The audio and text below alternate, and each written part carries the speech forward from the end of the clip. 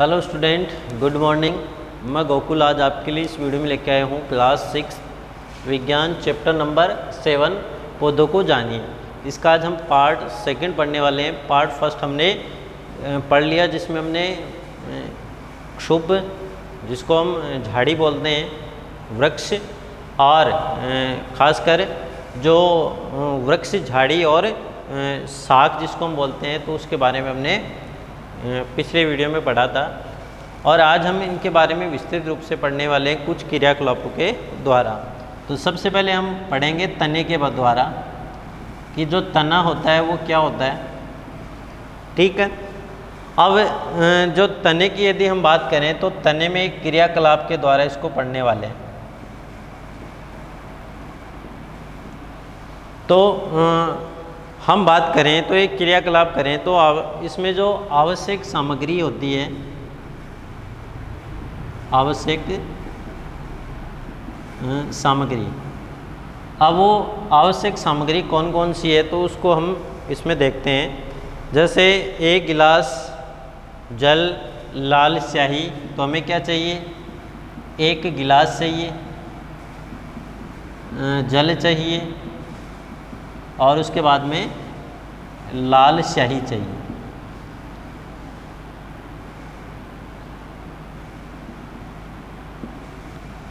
गिलास और कुछ मात्रा में किसकी चाहिए? जल की चाहिए, लाल स्याही चाहिए, शाकीय पौधा और एक ब्लेड चाहिए। शाकीय पौधा और एक हमें किसकी आवश्यकता होती है? ब्लेड की। तो ये हमें इस क्रियाकलाप में प्रमुख रूप से जो चाहिए वाली वस्तुएं हैं उनकी आवश्यकता होती है। अब हमें करना क्या है कि गिलास को 1/3 जल से भरना है। जो भी हमने गिलास लिया तो गिलास को 1/3 जल से भरना है। जैसे हमारे पास ये कोई गिलास है, 1/3, 1/3, तो 1/4 यदि 4 है तो लगभग आप इतना भर दो इसको। ये तीसरा हिस्सा है, तो 1/3 हमने गिलास को जल से भर दिया।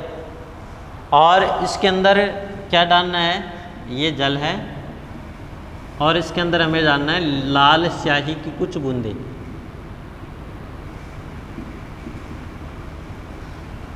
लाल स्याही इसके अंदर के डालनी है। ठीक है, और साग के तने को आधार से काटकर, देखो हमने गिलास लिया, जल डाल दिया, लाल, और साग की जो पौधा है, जैसे हमारे पास ये कोई साग की पौधा है, इसको हमने ब्लेड से आधार से काट लिया। ठीक है, और इस गिलास में रख देना है। तो हमने इसको आधार से काटा और इस गिलास के अंदर इस तने को रख दिया। जैसे ये तना है और इस तने को इस गिलास के अंदर रख दिया, काट के रखना है। और अगले दिन हम क्या करते हैं? जो शाखा का अवलोकन करते हैं। ये शाकीय पौधा है, शाकीय पौधा। अब अगले दिन ये जो हमने शाख डाली है काट के इस विलयन में, जिसके अंदर हमने लाल स्याही है, जल है, उसका विलयन बना, जिसमें ये जो जल है वो लाल रंग का हो गया, शाख इसके अंदर डालते हैं। तो हम अगले दिन जब इसका अवलोकन करते हैं, या हम बोलें कि जब हम इसका अगले दिन परीक्षण करते हैं तो हम देखते हैं, क्या देखते हैं कि शाख के कुछ भाग लाल नज़र आते हैं। ये जो शाख है जो हमने डाली है, तो इसका कोई कुछ भाग, किसका? शाख का कुछ भाग लाल नज़र आता है। ठीक है, तो शाख हमने इसके अंदर डाली, तो ये जो जल है जिसके अंदर हमने स्याही है, वो स्याही क्या होगी? ऊपर की ओर, यानी गुरुत्वाकर्षण बल के विपरीत दिशा में ऊपर की ओर इस शाख की, पौधे की जो शाखा है, उस शाखा में क्या करती है? चढ़ने का प्रयास करता है, अर्थात कुछ जल है वो ऊपर की ओर चढ़ता है। ठीक है, तो इस प्रकार हम जो ये तना है तो इस तने को बीच से काटकर उसमें प्रवेश करने वाले जो रंग है, जो लाल रंग है, उस लाल रंग की शाखा को हम आसानी से क्या कर सकते हैं, देख सकते हैं। ठीक है, तो ये जो हमने क्रियाकलाप किया, तो इस क्रियाकलाप से हमने क्या स्पष्ट किया, तो इस क्रियाकलाप से हमने यही देखा कि जल तने के ऊपर की ओर जो लाल स्याही युक्त जल है वो तने के ऊपर की ओर चढ़ता है। किस ओर चढ़ता है?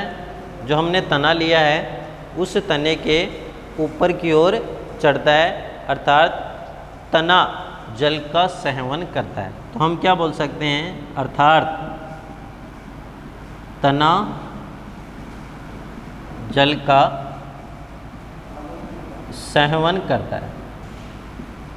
तना क्या करता है? जल का सहवन करता है। तो इसमें आपको यही ध्यान रखना है, एक बीकर लेना है, उसके अंदर 1/3 तिहाई भाग, 1/3 भाग जल से भरना है और उसमें लाल स्याही डालनी है।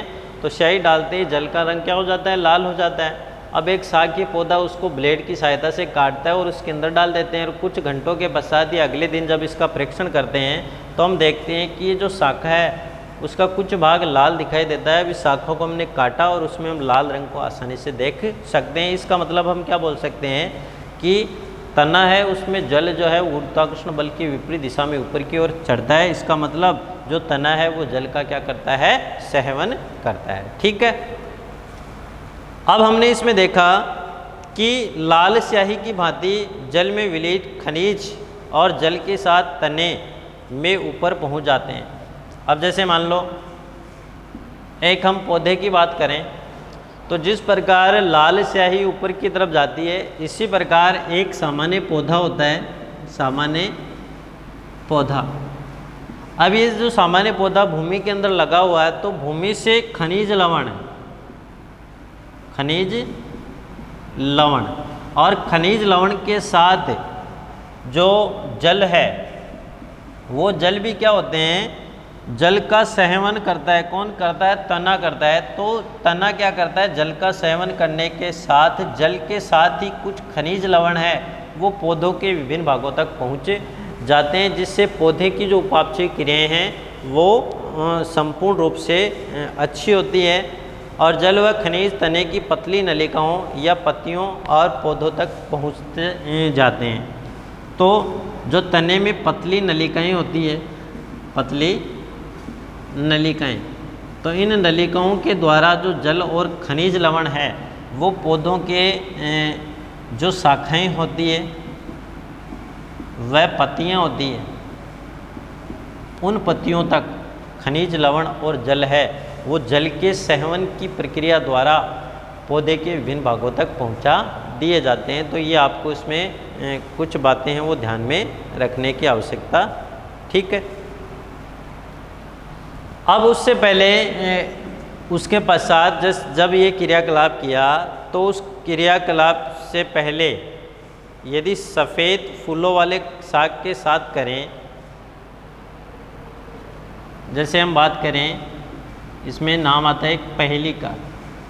पहेली ने इस क्रियाकलाप को करने के पश्चात जो सफ़ेद फूलों वाले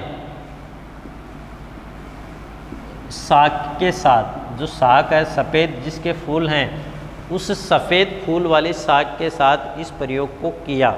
ठीक है, तो उसने सफ़ेद फूल वाली एक शाखा को गिलास ए में रखा और उसे लाल स्याही की कुछ बूंदें डाल दी। जैसे मान लो ये सफ़ेद फूल वाली एक शाखा है, इस सफ़ेद फूल वाले शाखा को एक फ्लास्क लिया और उस फ्लास्क में कुछ लाल स्याही मान लो या नीली स्याही मान लो जो उपलब्ध हो, उस स्याही को डाल दिया और ये जो सफ़ेद फूल वाले पौधे की शाख उसको इस विलीन के अंदर डाल दिया। ठीक है, उसके पश्चात उसकी दूसरी शाखा जो है, ठीक है, अब दूसरी शाखा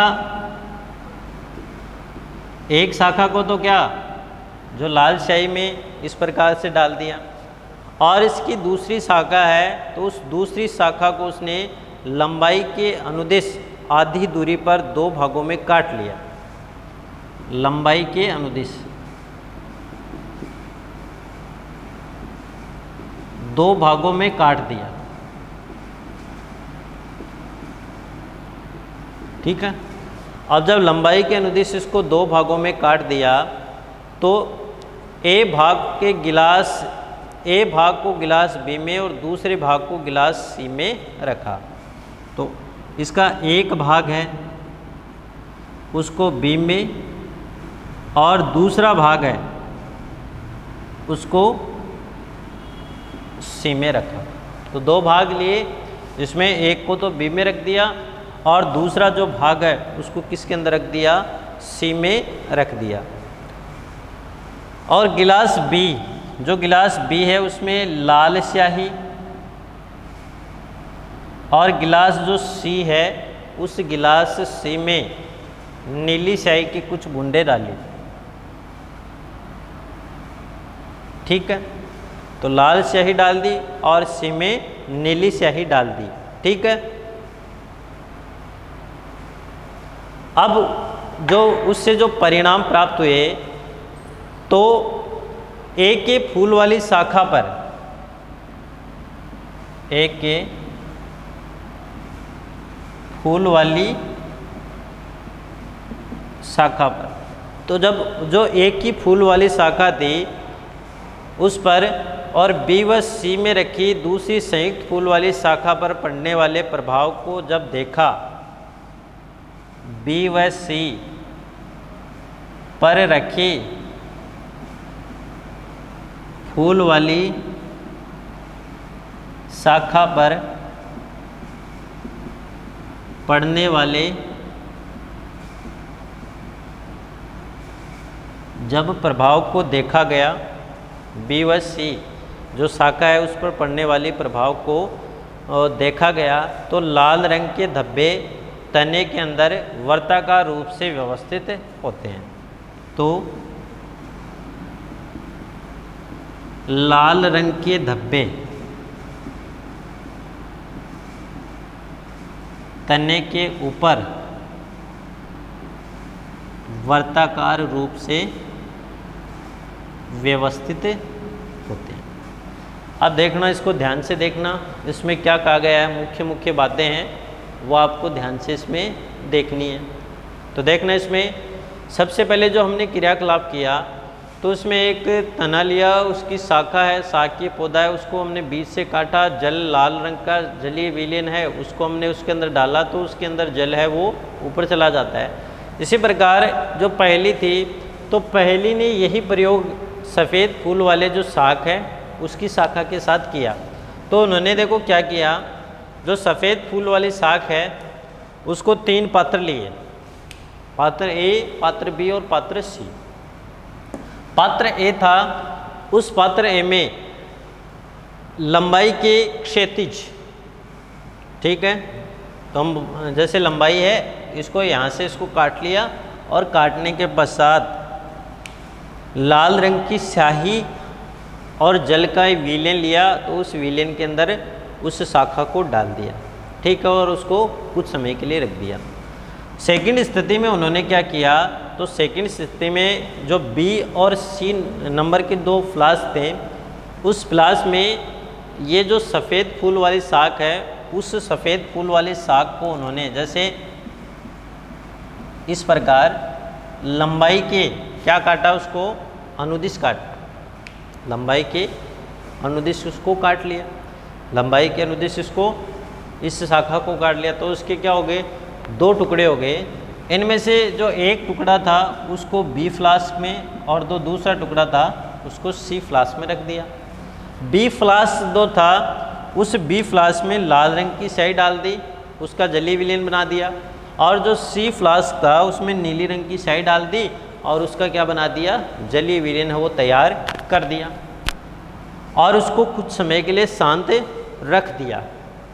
और जब उन्होंने उसको प्रेक्षण किया तो प्रेक्षण करने पर उन्होंने पाया कि जो लाल रंग के धब्बे हैं वो तने के ऊपर, लाल रंग के जो धब्बे हैं वो तने के ऊपर एक वर्ताकार वलय जो मान लो आप, या वर्ताकार रूप से व्यवस्थित होते हुए दिखाई देते हैं।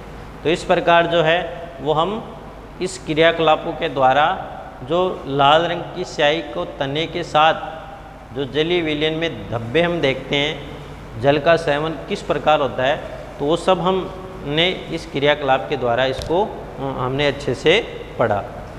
सेकंड, तने के बाद में हम बात करते हैं पत्ती की, कि भाई पत्ती क्या होती है। ठीक है, तो अगला हमारा जो पॉइंट रहेगा तने के उपरांत वो रहेगा पत्ती।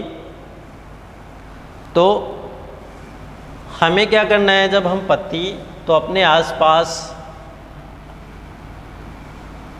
जितने भी पौधे हैं उन पौधों की पत्तियों को देखकर अपनी जो नोटबुक है या जो अपनी स्क्रैप पुस्तिका है, उस स्क्रैप पुस्तिका में उनको व्यवस्थित करना है, उनको लगाना है।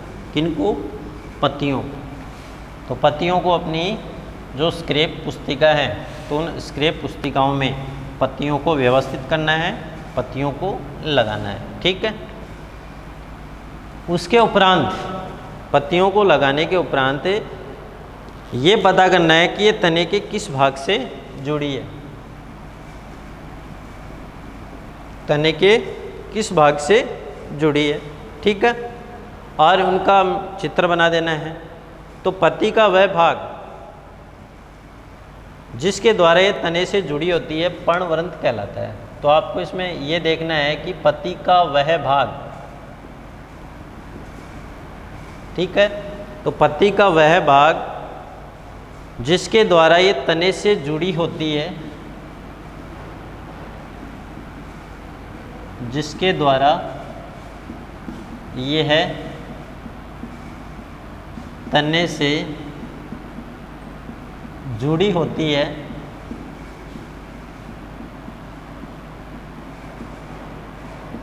पर्णवृंत कहलाती है। क्या कहलाता है? पर्णवृंत कहलाता है। और जिसके द्वारा तने से जुड़ा होता है पत्ती का वह भाग, वो क्या कहलाता है? पर्णवृंत कहलाता है। ठीक है, और पत्ती के चपटे हरे भाग को, पत्ती के चपटे हरे भाग को फलक कहते हैं। तो पत्ती का जो चपटा और जो हरा भाग होता है उस भाग को किस नाम से जानते हैं? फलक के नाम से जानते हैं। अब हम एक पत्ती का सामान्य डायग्राम बनाएंगे और उस डायग्राम के द्वारा हम पत्ती के बारे में विस्तृत रूप से चर्चा करेंगे। तो हमें एक तो पर्णवृंत पता करना है और एक फलक के बारे में ध्यान में रखना है कि पर्णवृंत होता क्या है और फलक क्या होता है। ठीक है, जैसे हम एक पत्ती का सामान्यतः डायग्राम बनाएं तो हम ऐसे बना सकते हैं।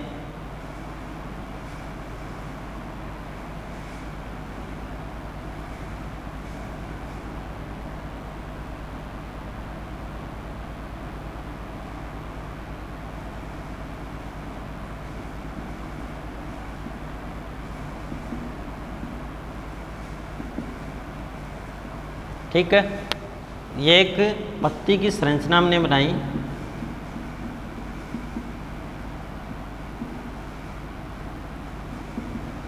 अब पत्ती की जो संरचना होती है, इसका ये जो भाग होता है इसको बोलते हैं पर्णवृंत, और ये जो हरे रंग का भाग होता है इसको बोलते हैं फलक। ये जो होता है उसको बोलते हैं मध्य शिरा, और ये जो भाग होता है उसको बोलते हैं शिराएं, और ये छोटे छोटे भाग होते हैं इस प्रकार, ये इनको बोलते हैं सिरिकाएं। ठीक है, तो ये आपको इसमें ध्यान रखना है। और इसमें इस प्रकार छिद्र होते हैं जिन्हें हम क्या बोलते हैं, रंध्र, स्टोमेटा। तो ये आपको एक सामान्य पत्ती की संरचना है वो ध्यान में रखना है। तो इस प्रकार आज की इस वीडियो में हमने तने के बारे में अच्छे से पढ़ा कि भाई तना होता क्या है, उसके बारे में हमने अच्छे से जाना, और पत्ती है उसको हमने डायग्राम के द्वारा उसको वर्णन किया। और हमारा जो अगला वीडियो रहेगा तो उस वीडियो के अंतर्गत हम जो है वो पत्ती के जितने भी भाग हैं उन भागों को विस्तृत रूप से चर्चा करेंगे, उसके ऊपर डिस्कस करने वाले हैं।